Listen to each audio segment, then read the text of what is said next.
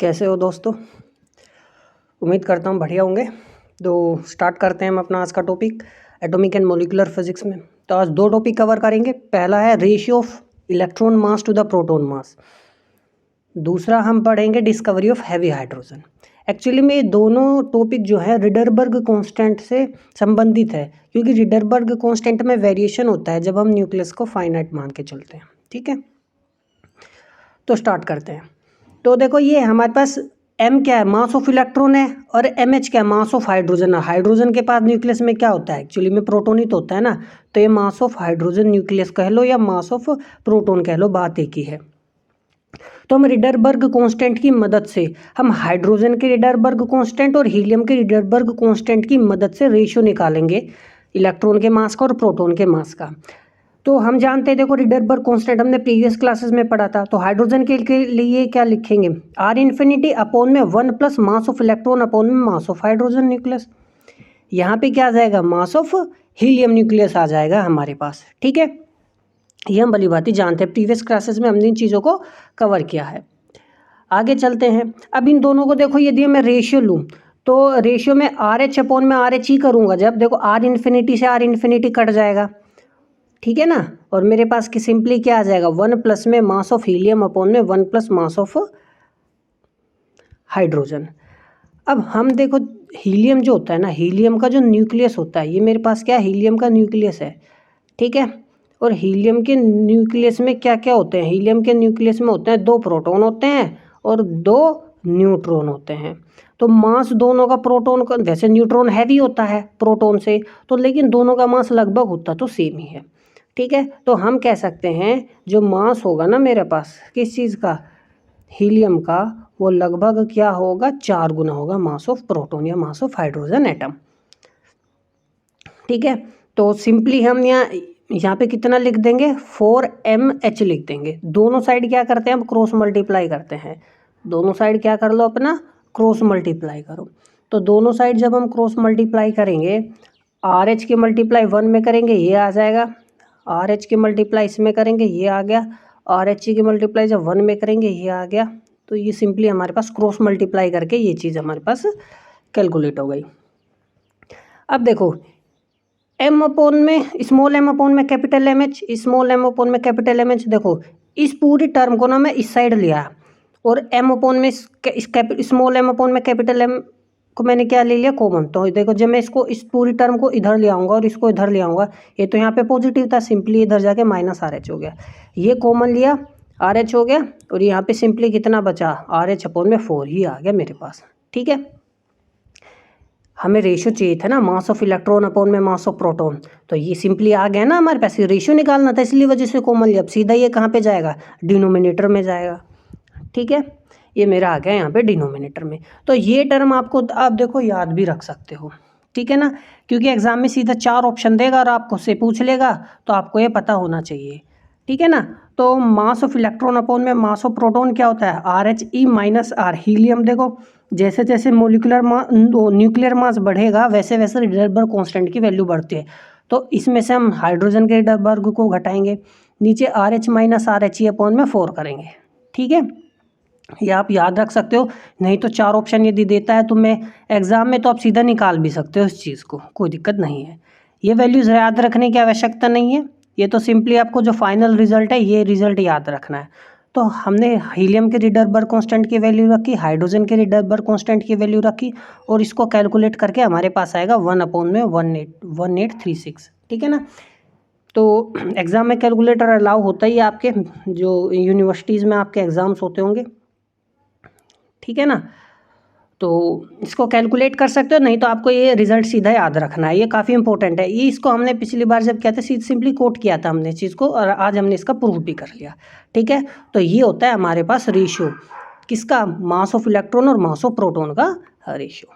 ठीक है, दूसरा टॉपिक है हमारे पास डिस्कवरी ऑफ हैवी हाइड्रोजन। तो देखो हैवी हाइड्रोजन को हम ड्यूटेरियम बोलते हैं। क्या बोलते हैं, ड्यूटेरियम बोलते हैं। एक्चुअली में ड्यूटेरियम जो होता है ना, ये आइसोटोप होता है हाइड्रोजन का। हाइड्रोजन के वैसे होते तो 3 आइसोटोप हैं हमारे पास, हाइड्रोजन के 3 आइसोटोप होते हैं। पहला आइसोटोप सिंपल हाइड्रोजन होता है जिसको प्रोटियम बोलते हैं। दूसरा होता है हमारे पास देखो एटॉमिक नंबर तो इनका 1 ही होता है। ये आइसोटोप हो गए हमारे पास किसके, हाइड्रोजन के, ठीक है। ये प्रोटियम होता है, ये होता है प्रोटियम, ये होता है ड्यूटेरियम, और ये होता है हमारा ट्रीटियम। ये रेडियो एक्टिव होता है वैसे हमारे पास, इसको हमें नहीं पढ़ना, हमें सिर्फ पढ़ना ड्यूटेरियम के बारे में। तो इसकी डिस्कवरी देखो कैसे हुई थी, ठीक है। अब ड्यूटेरियम देखो एटॉमिक नंबर तो 1 हो गया, मास नंबर हमारे पास 2 हो गया, या इसको H से लिख लो या D से लिख लो, बात है कि आइसोटोप होता है हाइड्रोजन का। इसके न्यूक्लियस को ड्यूट्रॉन बोलते हैं, क्या बोलते हैं इसके न्यूक्लियस को, ड्यूट्रॉन। अब साफ सी बात है, देखो मास नंबर 2 है ना, सिंपल हाइड्रोजन में तो 1 होता है, तो इसका जो मास होगा 2 गुना हो गया ना, ड्यूटेरियम का मास सिंपल हाइड्रोजन से कितना होगा, 2 गुना हो जाएगा। ये चीज़ें आपको ध्यान रखनी है। अब रिडरबर्ग कांस्टेंट में जो वेरिएशन होता है ना, due to finite mass of the nucleus, उसकी वजह से ही डिस्कवरी हुई थी किसकी, हैवी हाइड्रोजन की। अब आप एक बात सोचो, हमारे पास जो स्पेक्ट्रल लाइन का फॉर्मूला होता है क्या होता है, 1/r मास ऑफ न्यूक्लियस, ठीक है। 1 में ये हमारे पास Z² हो गया, N2² -1 में N1², ये फॉर्मूला होता है हमारे पास। देखो तो for different Rydberg constant spectral line will be different, समझ में आ गई बात। तो जब एटॉमिक से एक हाइड्रोजन सैंपल हमने लिया था, तो जब उसमें से स्पेक्ट्रल लाइंस को कैलकुलेट किया गया, तो हमें जो स्पेक्ट्रम मिला, तो उसमें ये चीज़ देखी गई कि एक स्पेक्ट्रल लाइन को जब हाई रिजोल्यूशन में देखते हैं ना, तो एक स्पेक्ट्रल लाइन तो हाइड्रोजन की वजह से मिल गई, तो एक और स्पेक्ट्रल लाइन मिल रही थी हमें बिल्कुल इसकी जड़ में। तो वो किसकी वजह से थी, जब हाई रेजोल्यूशन में उसको देखा गया, एक इसके एडजेसेंट में एक स्पेक्ट्रल लाइन हमें और मिल रही थी, तो वो एक्चुअली में हैवी हाइड्रोजन की वजह से थी, क्योंकि दोनों का रिडरबर्ग कांस्टेंट अलग अलग है, तो दोनों का स्पेक्ट्रल लाइन क्या आएगा, अलग आएगा, ठीक है। तो कैलकुलेट करते हैं हम इस चीज़ को, डिफरेंस उनका स्पेक्ट्रल लाइंस में हैवी हाइड्रोजन के कारण और हाइड्रोजन के कारण। तो देखो रिडरबर्ग कांस्टेंट हाइड्रोजन का कितना होगा, R∞/1 में 1+, ये आ गया। ड्यूटेरियम के कारण हमारे पास सिंपली ये आ गया। अब हम जानते हैं मास ऑफ न्यूक्लियर मास जो होता है ना ड्यूटेरियम का, वो क्या होता है, ज़्यादा होता है एक मिनट, ये ना R लिखा, RD। देखो न्यूक्लियर मास के साथ साथ रिडरबर्ग कांस्टेंट की वैल्यू क्या होती है, बढ़ती है। हमने पिछली क्लासेस में ना, इससे पिछली क्लासेस में हमने क्या किया था, हमने यहाँ पे रिडरबर्ग कांस्टेंट की वैल्यू लिखी थी, और यहाँ हमने लिखा था एटॉमिक मास नंबर। तो हमने क्या देखा था, धीरे धीरे ये क्या करता है, इंक्रीज करता है, और जैसे जैसे मास नंबर बढ़ता है, जब तो फाइनाइट न्यूक्लियस के जितना आने लगती है वैल्यू हमारे पास किसकी, रिडरबर्ग कांस्टेंट की। तो ड्यूटेरियम का मास, न्यूक्लियर मास तो ज़्यादा है, 2 गुना है हाइड्रोजन से, तो RD ज़्यादा है, तो इसका मतलब देखो क्या होगा, RD slightly greater than RH। RD क्या होता है, थोड़ा सा ज़्यादा होता है इससे। Consequently the wave number of the spectral lines, जो वेव नंबर होगा ना स्पेक्ट्रल लाइन्स का, the wave number of the spectral lines of deuterium are slightly higher than the corresponding lines of the hydrogen spectra। अब देखो इस चीज़ को आप इस फॉर्मूले से देखो, एक मिनट देखो, ये मेरे पास वेव नंबर ही तो है, ये क्या है, वेव नंबर। तो RD ज़्यादा है ना, तो उसका वेव नंबर भी तो ज़्यादा होगा हाइड्रोजन से। RD ज़्यादा है ना, हाइड्रोजन आज जो रिडरबर्ग कांस्टेंट है हाइड्रोजन का ज़्यादा है, तो वेव नंबर भी उसका क्या होगा, स्लाइटली ज़्यादा होगा, ठीक है। तो इसको ना बताया किसने था, यूरे, ब्रिकवेड और Murphy observed that each hydrogen line, जो प्रत्येक हाइड्रोजन लाइन थी ना, उनके पास में एक हल्की सी फेंट लाइन थी। फेंट मतलब फीकी कह सकते हो, या मतलब जिसका इंटेंसिटी बहुत कम होता है। अब वो फेंट लाइन जो थी वो लॉन्गर वेव नंबर की थी, क्या थी वो, लॉन्गर वेव नंबर की। अब स्वाभाविक सी बात है, देखो वेव नंबर हमारा क्या है, डायरेक्टली प्रोपोर्शनल ना रिडरबर्ग कांस्टेंट के फॉर सेम ट्रांजिशंस, ठीक है। तो ये ज़्यादा होगा तो वेव नंबर ज़्यादा होगा। तो उसने देखा कि लॉन्गर वेव नंबर पे और शॉर्टर वेवलेंथ साइड कहेंगे फिर, क्योंकि वेव नंबर ज़्यादा होगा तो वेवलेंथ छोटी होगी। वहाँ पे एक बिल्कुल हाइड्रोजन लाइन के ना बिल्कुल बगल में एक फेंट लाइन है, ठीक है। उन्होंने जब they measured the wavelength difference and attributed the faint line to some heavier isotope hydrogen. और उन्होंने देखो लिया तो एक हाइड्रोजन सैंपल ही था, अब उसमें कोई दूसरा एलिमेंट तो है नहीं जिसकी वजह से वो न्यू लाइन आई होगी। तो उन्होंने कहा कि ये जो लाइन है ना ये सम हैवियर आइसोटोप्स के लिए हो सकती है। कोई आइसोटोप है हाइड्रोजन का, फिर तो ये प्रिडिक्ट करता है एक्सिस्टेंस ऑफ हैवी हाइड्रोजन। ठीक है ना, समझ में आया? तो दोनों 3 साइंटिस्ट थे, एसोसिएट, यूरे, ब्रेकवेड और मर्फी। आगे चलते हैं। अब दूसरा इंपॉर्टेंट बात आपको यहाँ दे, जैसे मैंने कहा ना ड्यूटेरियम का जो इंटेंसिटी का जो लाइन था ना वो बहुत फेंट था, क्योंकि ड्यूटेरियम जो है ना, जो इंटेंसिटी है ना ड्यूटेरियम की वो बहुत ज़्यादा, यार स्टाइलिश लगता है, काम नहीं कर रहा। देखो ये लाइन तो सपोज हाइड्रोजन के कारण हो गई, ये ड्यूटेरियम के कारण हो गई, तो ये काफ़ी क्या थी, फेंट थी, क्योंकि ड्यूटेरियम का एबंडेंस जो होता है ना, आप कोई भी हाइड्रोजन सैंपल लोगे ना तो उसमें जो हाइड्रोजन के आइसोटोप्स होगे ना बहुत ही कम मात्रा में मुझे तुम्हें मिलेंगे। ऐसे मिलेंगे जैसे 1:5000, यानी 5000 में आपको 1 ड्यूटेरियम एटम मिलेगा, इतना कम होता है लगभग। ठीक है, अब देखो alpha line of Balmer series, जो बाल्मर सीरीज के अल्फा लाइन होती, देखो बाल्मर सीरीज कब आती है, जब सेकंड सेल में ट्रांजिशन होता है, थर्ड से, फोर्थ से, फिफ्थ से। तो जब अल्फा लाइन तो होगी जब थर्ड से किस में आएगा, सेकंड सेल में आएगा। तो ये सपोज मेरे पास सेकंड सेल है, ये मेरे पास थर्ड सेल है, ये मेरे पास फोर्थ सेल है। देखो ये तो होगी अल्फा बाल्मर लाइन, ये होगी बीटा बाल्मर लाइन, जो 5वें से आएगी वो होगी गामा बाल्मर लाइन। तो जो अल्फा लाइन है ना बाल्मर सीरीज की, वो थर्ड से सेकंड सेल में आने से आएगी, तो वो कितनी है, 6563 एंगस्ट्रोम। और ड्यूटेरियम के लिए जो बाल्मर लाइन है ना, जब ड्यूटेरियम एटम में, ड्यूटेरियम में थर्ड से सेकंड में आता है तो उसमें कितना आती है वेवलेंथ, कम आएगी वेवलेंथ, 6561 आएगी। तो देखो डिफरेंस कितना है, 2 एंगस्ट्रोम का डिफरेंस है ना। अब देखो वेवलेंथ तो कम ही होगी ना, क्योंकि इसका रिडरबर्ग कांस्टेंट ज़्यादा है, रिडरबर्ग कांस्टेंट ज़्यादा होने से वेव नंबर इसका ज़्यादा आएगा, डायरेक्टली प्रोपोर्शनल होता है ना वेव नंबर। अब वेव नंबर ज़्यादा होगा तो वेवलेंथ इसकी देखो कम आएगी हाइड्रोजन के सैंपल से। समझ में आ गई बात? ठीक है, वेवलेंथ डिफरेंस कितना आ रहा है, 2 एंगस्ट्रोम का। और ये देखो ये इस 2 एंगस्ट्रोम का डिफरेंस काफ़ी पर्याप्त था ड्यूटेरियम के आइडेंटिफिकेशन के लिए, जब इसको एक्सपेरिमेंटली किया गया था। ठीक है, अब वेवलेंथ डिफरेंस निकालते हैं, the wavelength difference between the corresponding spectral line of hydrogen and deuterium. तो कितना होगा, वेवलेंथ तो हाइड्रोजन की ज़्यादा होगी, ड्यूटेरियम की वेवलेंथ क्या होगी, कम होगी। यदि वेव नंबर की बात करें तो ड्यूटेरियम का वेव नंबर ज़्यादा होगा, हाइड्रोजन का वेव नंबर कम होगा। मैं बार बार इस बात को बता रहा हूँ, इसको ध्यान रखना, रिडरबर्ग के कांस्टेंट डायरेक्टली प्रोपोर्शनल है ना, तो ठीक है ना, और इन्वर्सली प्रोपोर्शनल है इसके।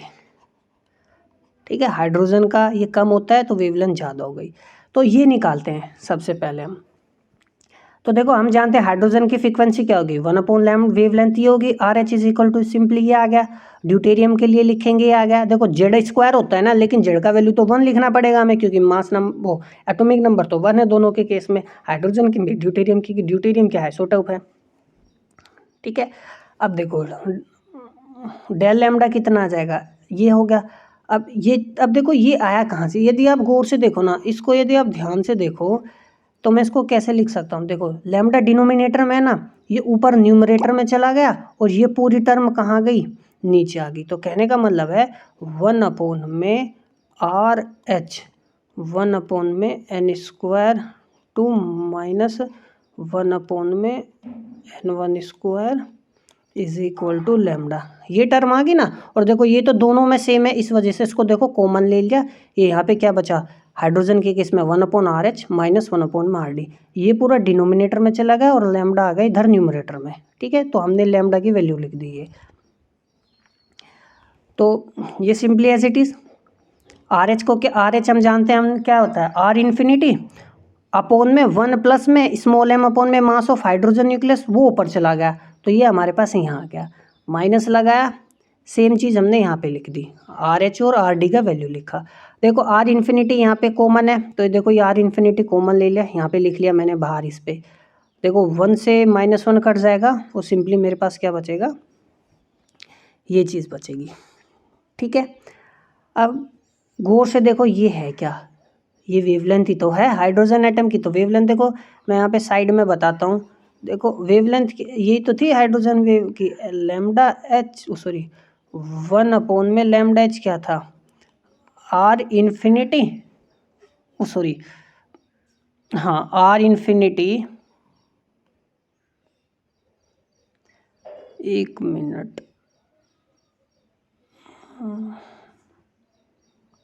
कुछ गड़बड़ तो नहीं कर रही ना। ये मास हो गया मेरे पास लैम्डा 1 में, हाँ हाँ ठीक है ठीक है ठीक है। तो ये आ गया 1 में n² माइनस 1 में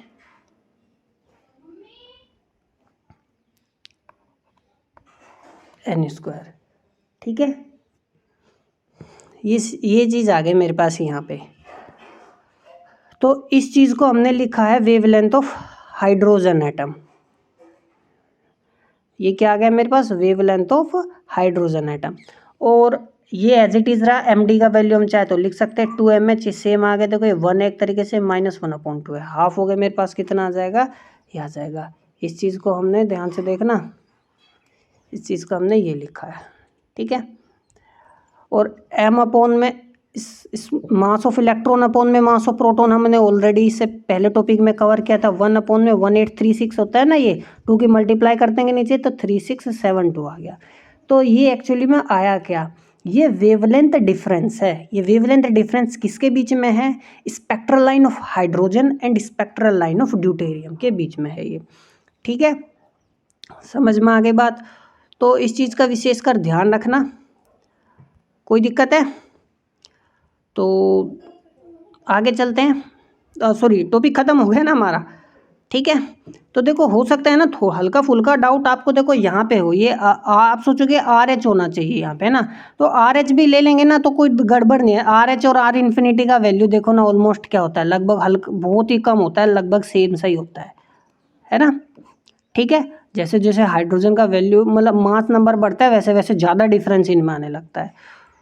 तो इस फॉर्मूले को आप याद रख सकते हो। तो actually from the measurement of this wavelength difference Urey and his colleague had discovered the existence of deuterium. तो इसी की वजह से उन्होंने ड्यूटेरियम के एक्सिस्टेंस को डिस्कवर किया था, क्योंकि काफ़ी ये डिफरेंस जो है ना वेवलेंथ शिफ्ट ठीक ठाक आ रहा था, ठीक है ना। तो वेवलेंथ जो डिस्कवरी है ना ड्यूटेरियम की, वो एक्चुअली में रिडरबर्ग कांस्टेंट की वजह से हुई है, क्योंकि उसमें वेरिएशन आता है ड्यू टू फाइनाइट मास। तो आगे मिलते हैं अगले टॉपिक्स में, तब तक के लिए नमस्कार। सब्सक्राइब करते रहिए और चैनल को शेयर करना मत भूलिए, ठीक है ना।